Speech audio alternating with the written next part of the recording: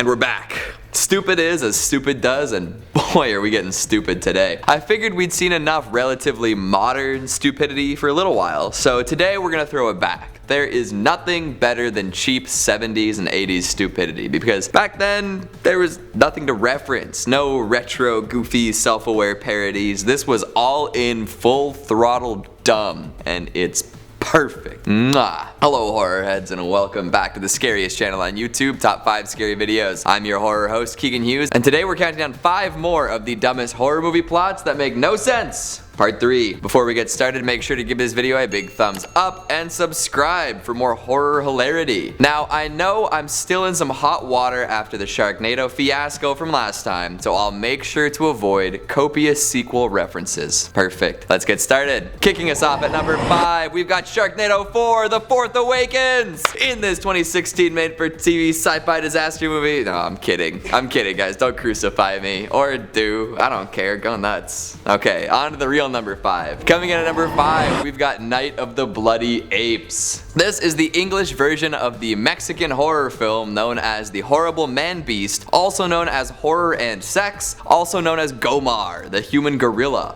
All 3 excellent titles, and I would highly consider watching each. However, as an English edition, some essential bits were cut out, making the plot even more senseless. Excellent. Director Rene Cardona is best known for blending lucha libre and horror, which is exactly what we're getting here. You know, masked Mexican wrestling, WWE before WWE was a thing, Chavo Guerrero, anyone? Back to the plot of the movie, it was actually a remake of the director's previous film, because some films just simply require being remade every couple of years. It just makes sense. So we meet a mad scientist who truly loves his sickly son. It's beautiful. Unfortunately, it seems that the son isn't going to make it, leaving the doctor to desperately look for alternative treatments. Then, ping! A light bulb goes off. We'll transplant a gorilla heart into my dying child.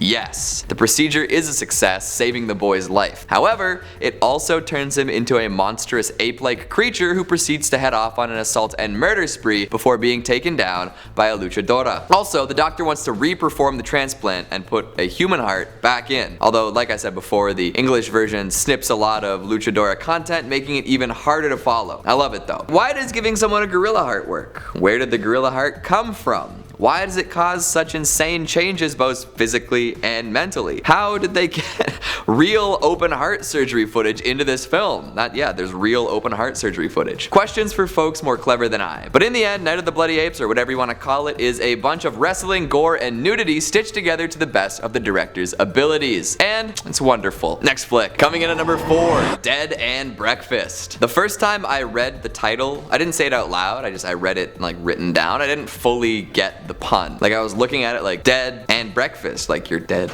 and it's breakfast. Oh, like bed and breakfast. So to start us off, we'll take a look at the tagline of this movie. It's like a bad horror movie, only worse. Well, at least they know what they're going for, right? A full-fledged effort at achieving the goofy cult movie vibe, but they just sort of whiff it. Unfortunate, I know, but it's not totally unsalvageable. It's about a group of generic pals heading to a wedding in an RV. Do they make it to the wedding? No! Does it matter? Absolutely not. Of course, they get lost in a creepy small town and are forced to spend the night at a dead end breakfast. Someone insults a chef, and everyone gets in a heated argument, and then somehow the chef and property owner both end up dead. The cops are called, and the tourists are suspected, and then an ancient wood box containing a killer spirit is opened. Now one of our generic pals named Johnny is possessed and ready to go on a murderous rampage. The only thing left to do is to bring him to a party, right? So the sheriff drives everyone to a nearby party, because that's what cops do. And then Johnny shows up to kill people, and he does. He kills a lot of people. And then the people turn into zombies. But they're definitely not zombies. Right, everyone? Oh, and by the way, I forgot to mention this earlier, this whole thing is a musical.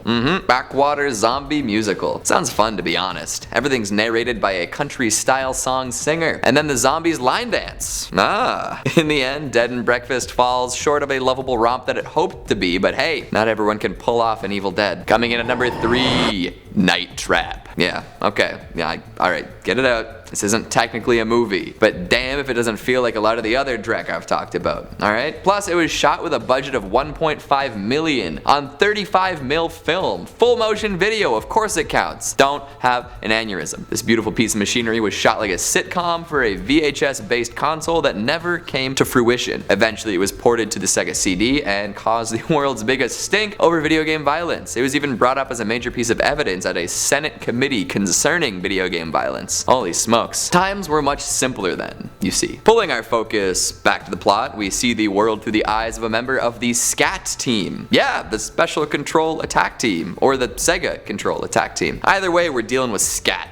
5 teenage girls have disappeared from a winery estate, and it's up to SCAT to figure out what's happening. Security cameras, traps, and a console to control them all are located inside the house, and someone needs to use it effectively in order to save all of the lives involved. A special agent has been sent in undercover as one of the girls, and the team has to work together to spring traps at the right time to ensure everyone's safety. Turns out, the house is full of lunatics and augurs, which are weird half-vampire things that run around in rubber suits and suck blood by inserting tubes and poles into people's necks. So in the end, Night Trap is a vampire slumber party monitored by the police. And that doesn't sound too out there, sure, but remember that the whole house is full of high-tech remote control traps, and I'm assuming that they were originally meant to trap victims. The hunters become the hunted though, as SCAT springs snare after dastardly snare upon the augurs and the winemakers. Trapdoors, glass walls, and spring-loaded beds launching people like catapults. What a wonderful world. There are many different endings to this story, but I won't spoil any of them for you. Just go check it out yourself. Eating its way in at number 2, we've got Criminally Insane. The alternate title to this one is Crazy Fat Ethel, and that's also the title of the 3rd movie in the series that came out decades later. I'll let that sit with you for a moment. Are you ready? Alright. Morbidly obese Ethel Janowski is released from a psychiatric institution into the care of her San Franciscan grandmother. Of course, Ethel immediately eats everything she can get her hands on, prompting Gam Gam to lock up the cupboards and dump the contents of the fridge. Ethel is very unhappy with this development and decides that killing poor Nona is the best course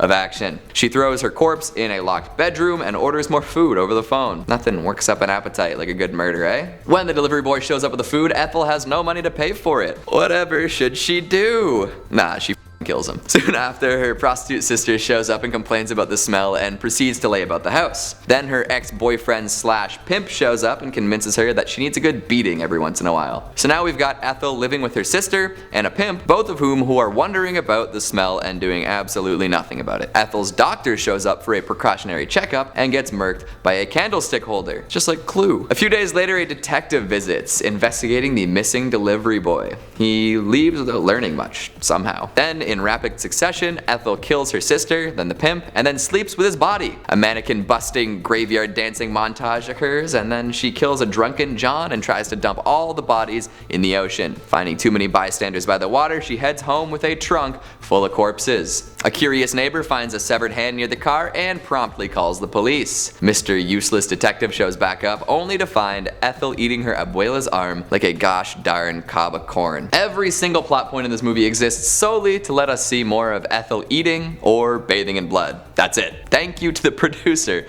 who gave this one the thumbs up. And lastly, burning up at number 1, we've got Blood Freak. Tagline, a Dracula on drugs. Whatever that means.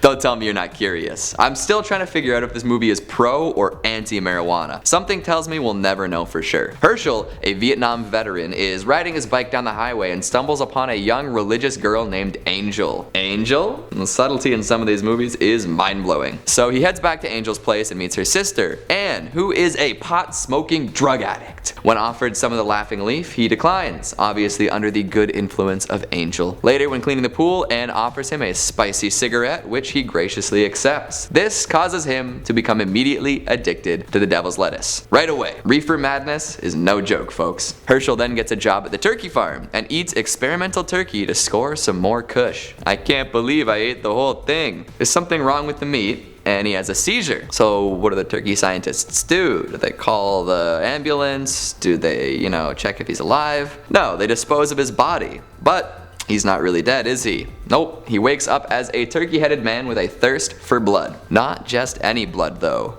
Drug addict blood. So he seeks out Anne, who promises to help, but he ends up killing a bunch of people, so she has her pals chop off his head with a machete. Poor Herschel. All he wanted was some of that dank. But wait, in another twist of fate, Herschel wakes up. Turns out the whole turkey-headed thing was just a grass-induced hallucination. So he talks to Angel, who conveniently works in rehab, and gets himself straight with hard work, exercise, and of course, prayer. It's enough to make a grown man weep. This is truly a film like no other. Mixed messages, messy editing, a running gag where the director keeps stepping in to comment on what's happening. Oh boy. And of course, nothing makes a lick of sense. Just the way I like it. So what are you waiting for? Go watch some of these flicks and be just as confused as me. What do you think? Of the 5, which is the most ridiculous? Are there any other dum-dums that I should discuss in the future? Make sure you let me know down in the comments. Let's have a look at some of your more cohesive ones from top 5 strangest Lovecraftian monsters. Rodney Kelly says the hounds of Tindalos are all male. Females have curves. I have no idea how you came up with this, but I'm glad you did. To quote N. in the replies, well played. Mad Magician Caro says, Shoggoths, workers of the Elder Ones, comrades, unite! We love a good cosmic revolution. Bring out the guillotines, or whatever Shoggoths use to decapitate their oppressors. Sage Dub says, suck goths. Filthy. I love it. Katie Baby says, well, it looks like Walter had a little bit of chest pain. Hopefully Brown Jenkins can help. I don't know if I'd call what Brown Jenkins is doing helping, but he's trying his best. Gabriel Leal says, stop with the corny humor. I will not, even if it butters you up a bit. That's all the time we have for today. Before I go take a long walk off a short pier, make sure you give this video a big thumbs up and subscribe for more impish insolence. Thanks for watching, and I'll see you next time.